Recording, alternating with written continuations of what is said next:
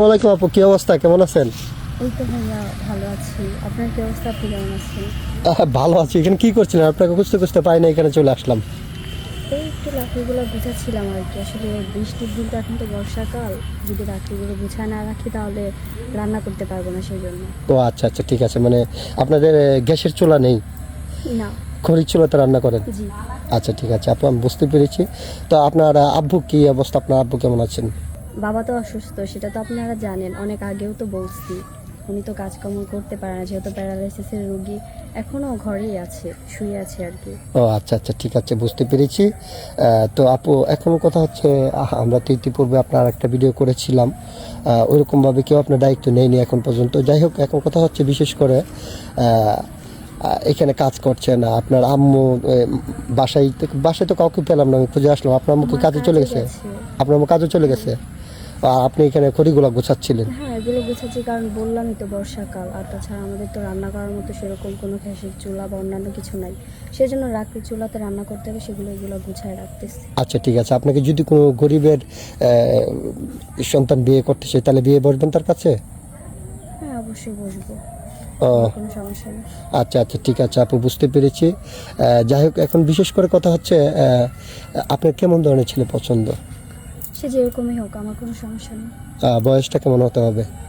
বয়সটা যেরকমই হোক, আমি তো আগেও বলছি আমার কোনো সমস্যা নেই। কারণ বয়সটার উপরে তো ডিপেন্ড করে না, ডিপেন্ড করে তো তার মনের উপরে।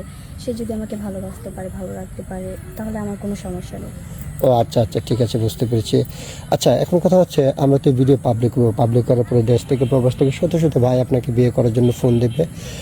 অনেকের স্ত্রী মারা যায়, চলে যায়, অথবা অনেকের স্ত্রী আছে, বাচ্চা কাচ্চা হয় না, সেটার জন্য দ্বিতীয় বিয়ে করতে চায়। কেউ যদি দ্বিতীয় বিয়ে করতে চায়, আমার কোনো সমস্যা নেই, আমি রাজি আছি। আপনি কি বিয়ে শাদী হয়েছে? না, আমার বিয়ে শাদী হয়নি। আপনার বিয়ে শাদী হয়নি, আপনাকে একজন বিবাহিত পুরুষের কাছে কেন বিয়ে বসবেন?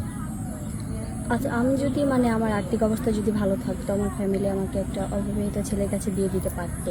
কিন্তু এখন আমি যদি সেই কাজটা করি, যেহেতু আমার বাবা অসুস্থ, প্যারালাইসিস, মাও তো বৃদ্ধ হয়ে গেছে, জি। সে আমাকে অশান্তি দিবে, জ্বালা যন্ত্রণা করবে, অন্য নারীর প্রতি আসক্ত থাকবে, নেশা করবে। কিন্তু একটা বয়স্ক লোক তো সেটা করবে না। সে আমার প্রতি গুরুত্ব দিবে, আমাকে ভালোবাসবে, আমাকে বুঝবে। আচ্ছা আচ্ছা, ঠিক আছে, আপনি সুন্দর কথা বলেছেন।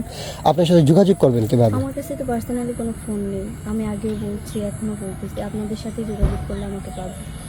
সুপ্রিয় দর্শক, এই মুহূর্তে দেখতে পাচ্ছেন ডিসপ্লেতে একটি নাম্বার। এই নাম্বারটা হচ্ছে আমাদের ইউটিউব চ্যানেল কর্তৃপক্ষের নাম্বার। যদি কোনো ভাই পায়লাপুর দায়িত্ব নিতে চান, তাহলে ওনার একটা ছবি স্ক্রিনশট মেরে পাঠিয়ে দিয়ে আমাদেরকে ভয়েস করবেন।